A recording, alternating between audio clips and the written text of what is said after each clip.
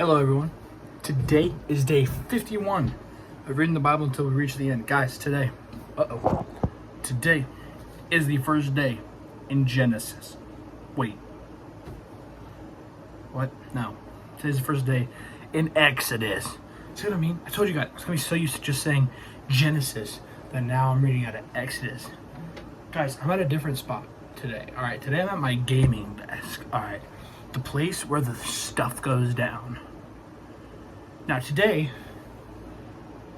we're gonna be getting into this. All right, I am also starting a new series on my YouTube page still, where I'm going to tackle theological questions and other religions and why I view them. I don't want to say it's wrong, but misled, or the things that we disagree on. So if you guys are going to be interested in that, you guys can go check out those videos. I'll probably post one tonight. So go ahead and look at that.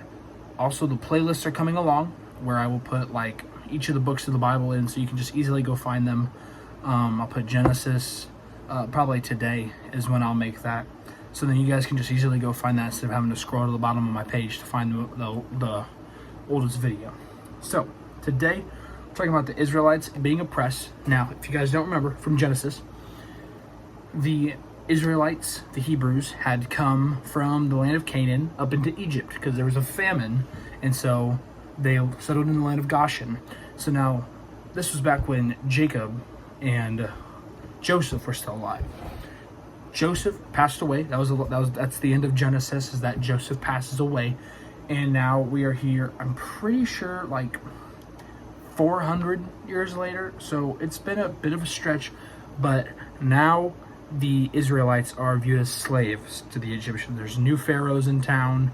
They no longer hold that view of God. Now they view more the polytheistic looks into Ra and Anubis, and there's some more. I forget all the time, but I love that. I love reading about that polytheistic kind of stuff. I think it's really interesting to see why people viewed that. But today, we're just hop right on into this like we normally do. We're going to read this, and then, yeah, I'll let you guys get on your way. You guys can go check out my video. All right, so verse 1 of Exodus 1. These are the names, of the sons of Israel who went to Egypt with Jacob, each with his family: Reuben, Simeon, Levi, and Judah; Issachar, Zebulun, and Benjamin; Dan and Naphtali; Gad and Asher. The descendants of Jacob numbered 70 in all. Joseph was already in Egypt. Now Joseph and all his brothers and all that generation had died. But the Israelites were exceedingly fruitful. They multiplied greatly, increased in numbers, and became so numerous that the land was filled with them. Then a new king, to whom Joseph meant nothing, came to power in Egypt. Look, he said to his people, the Israelites have become far too numerous for us. Come, we must deal shrewdly with them, or they will become even more numerous, and if war breaks out, we'll join our enemies and fight against us and leave the country.